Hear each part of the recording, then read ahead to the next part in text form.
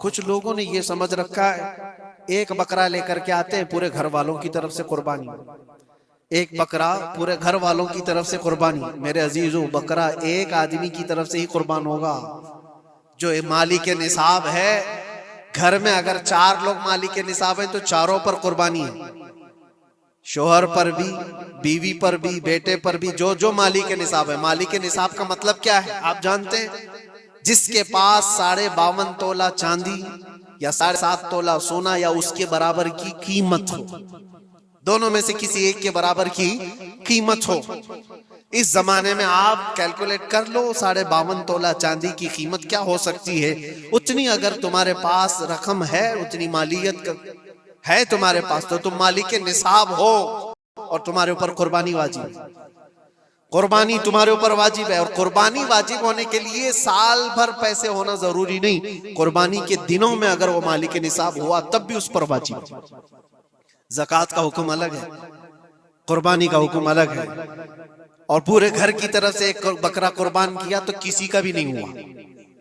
اگر 4 لوگ گھر میں رہتے تھے اور چاروں کی طرف سے ایک بکرا ذبح کیا اور چاروں کا نام لیا گیا ہے تو کسی کے نام سے قربانی نہیں ہوئی، کیونکہ پرٹیکولر ایک ہی کی طرف سے قربانی ہو سکتی ہے۔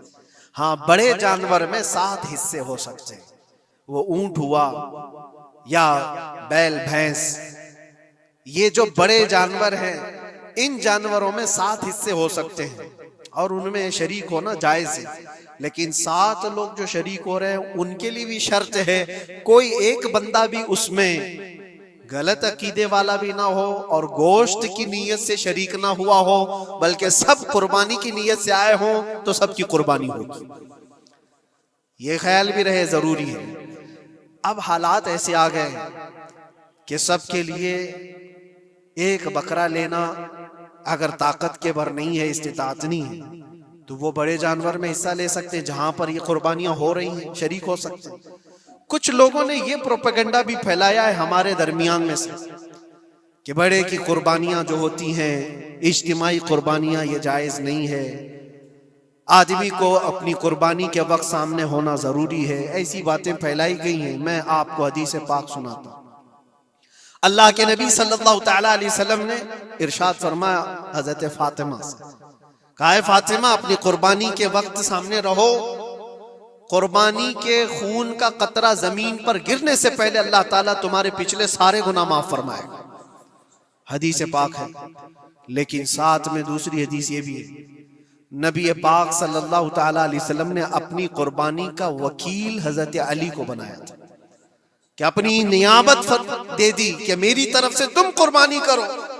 اس طرح سے جو مسلمان استطاعت نہیں رکھتا خود کرنے کی، وہ اپنی جانب سے کسی دوسرے کو وکیل بنا سکتا ہے، شرعاً جائز ہے۔ کسی کو بھی وکالت دی جا سکتی، نیابت دی جا سکتی ہے، میرے طرف سے تم قربانی کرو۔ جیسے کہ گھر میں کوئی عورت مالک نصاب ہے، اگر یہ حکم ہوتا کہ عورت خود جا کر کے کرے تو کہاں سے کرتی؟ عورت کسی کو وکیل بنا سکتی ہے، اپنے شوہر کو کہہ دی یا کسی کو دے دیا پیسے کہ میری جانب سے تم قربانی کرو، یہ جائز ہے بالکل۔ جن لوگوں نے یہ پروپیگنڈا پھیلایا ہے ہمارے درمیان میں کہ قربانیاں نہیں ہوتی، وہ جاہل لوگ ہیں، پڑھے لکھے لوگ نہیں۔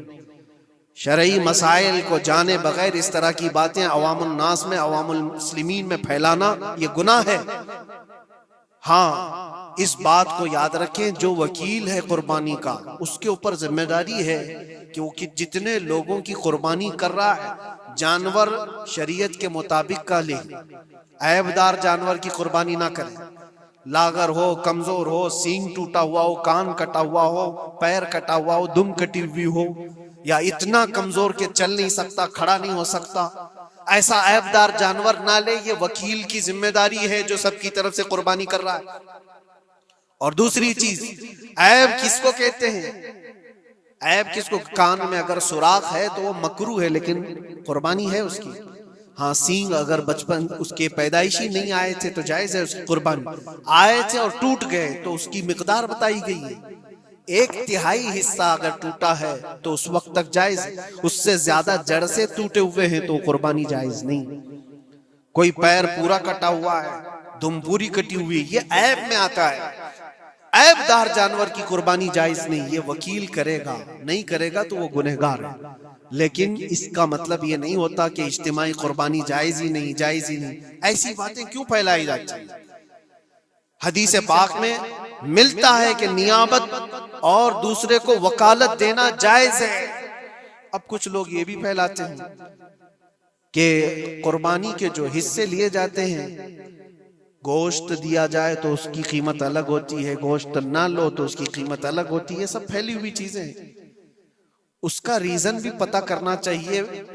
ایسی بغیر علم کے بات کرنے سے 4,000 5,000 روپے کا ایک حصہ آتا ہے اگر شہر میں کوئی بڑا جانور ذبح کرے، کیونکہ مہنگا ملتا ہے بیل، اور باہر جب جا کر کے کوئی ذبح کر رہا ہے تو وہی ایک حصہ 1,500 روپے میں 2,000 میں ہو جاتا ہے۔ تو کچھ لوگوں کو یہ غلط فہمی پھیلائی جاتی ہے کہ یہ لوگ کرتے ہی نہیں ہیں اور ایسے پیسے وصولتے ہیں۔ ایسا نہیں، دور دراز کچھ علاقے ایسے ہیں، بنگال ہے، اڑیسہ ہے، اور بھی کئی علاقے بہار کے، جہاں پر بڑے جانور نہایت ہی سستے دام میں ملتے ہیں، بلکہ وہاں پر جانوروں کی قیمت صرف 5,000 6,000 اور 10,000 کے نیچے ہوتی ہے، بڑے جانوروں کی جو ہم نے دیکھے ہیں۔ وہاں جا کر کچھ تنظیمیں قربانی کرتی ہیں، اگر وہ صحیح طریقے سے شریعت کے مطابق جانور لے کر کے کر رہے ہیں تو کوئی حرج نہیں، چاہے وہ 200 روپے حصے میں بھی کرتا ہو، کوئی حرج نہیں۔ قیمت میٹر نہیں کرتی، جانور میٹر کرتا ہے، قیمت چاہے جتنی بھی ہو رہی ہو۔ اس چیز کو آج وضاحت کرنا ضروری تھا، اس لیے میں نے آپ کے سامنے بیان کیا۔ غلط فہمیوں میں نہ پھیلے، غلط فہمیاں نہ پھیلائیں، خود بھی بچیں۔ ہاں، افضل کیا ہے؟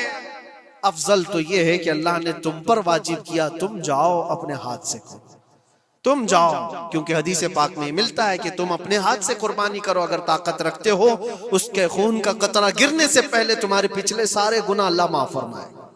یہ افضل ہے۔ یہ ساری باتیں تھی جو عید قربان سے ریلیٹڈ تھیں۔ اللہ کریم ہم سب کو اس کی رضا کے لیے قربانی کرنے کی توفیق عطا فرمائے۔